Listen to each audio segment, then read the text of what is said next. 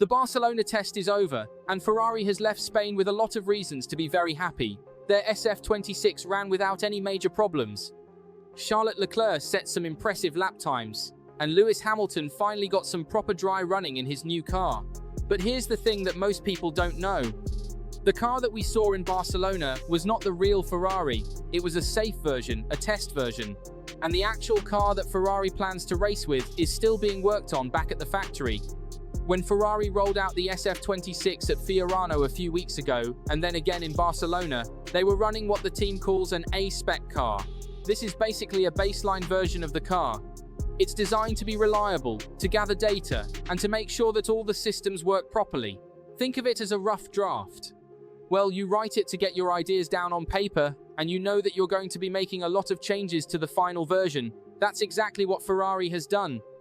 The A-spec car was never meant to be the finished product. It was always just the starting point. And the A-spec car did a really good job. Over the 5 days of testing in Barcelona, Ferrari completed around 350 laps with the SF-26. That's a lot of running, and more importantly, it was trouble-free running. There were no red flags caused by Ferrari, no major technical issues and no mechanical issues, no drama.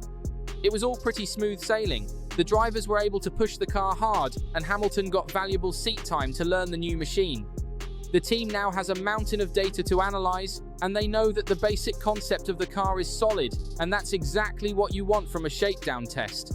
But while the A-spec car was doing laps in Barcelona, the engineers back in Maranello were working on something far more exciting. They call it the B-spec, and it's the car that Ferrari really wants to race with. The B-spec will have a completely new floor, which is the most important part of the car for generating downforce. The double tie rod that holds the floor edges in place on the A-spec car will be gone, replaced by a cleaner design that should give the car more grip.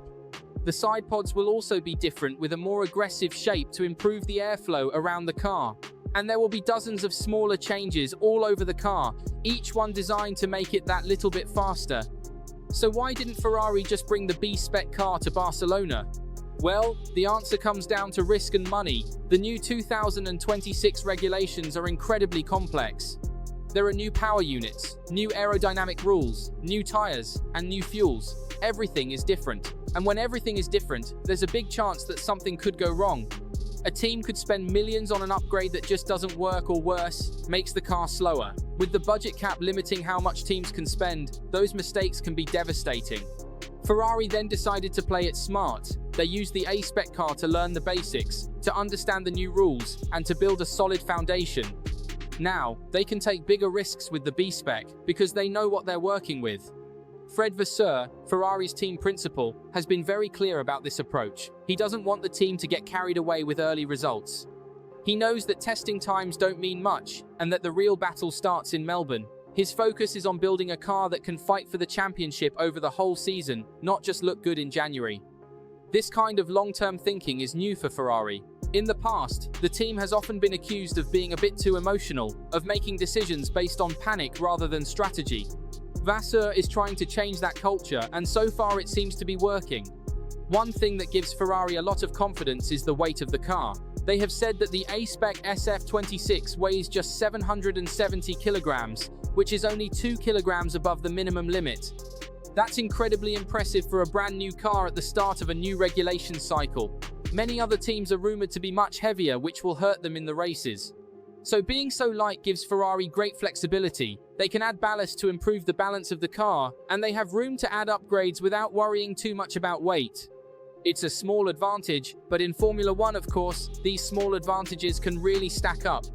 Another factor that shouldn't be overlooked is the arrival of Loic Serra as the new technical director.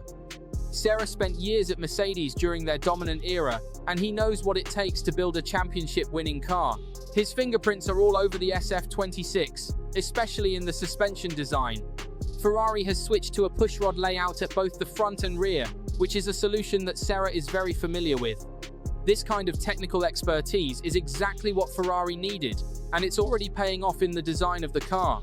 The drivers are also a huge asset for Ferrari. Charles Leclerc and Lewis Hamilton, two of the best drivers in the world.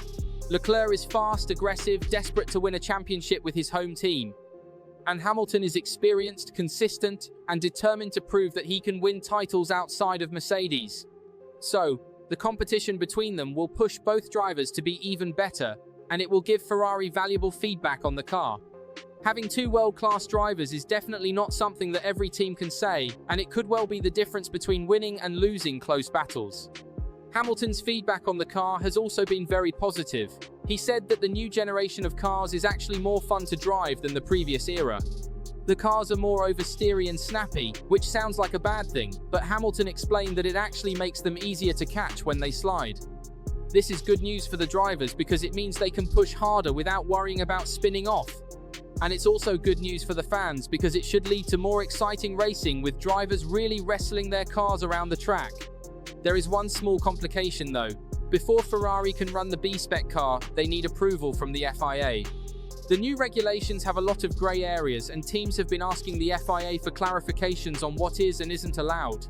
Ferrari is very confident that everything will be approved, but until they get that official green light, there's always that little bit of uncertainty. The team is hoping to have everything sorted before the Bahrain test, which would give them a chance to run the B-spec car before the first race. The next few weeks are going to be crucial for Ferrari. The engineers will be working around the clock to finish the B-spec car and get it ready for Bahrain. If everything goes to plan, we could see a very different SF-26 when testing resumes. Maybe a faster car, a more aggressive car, and hopefully a car that can challenge Mercedes and Red Bull for victories. The A-spec car showed that Ferrari has a very solid foundation.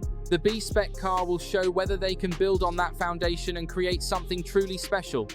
Looking ahead, the Bahrain test will be the next big moment for Ferrari. This is where we might actually get to see the B-spec car in action. And if Ferrari can get the FIA approval they need and bring the upgraded car to Bahrain, it will give them valuable time to understand the new package before the first race. The team will be looking to confirm that the upgrades work as expected in the wind tunnel and the simulator. And if they do, Ferrari could arrive in Melbourne as genuine title contenders. If they don't, there will be some very nervous faces in Maranello. But for now, Ferrari can be happy with what they've achieved in Barcelona. The A-spec car did everything it was supposed to do. It was reliable.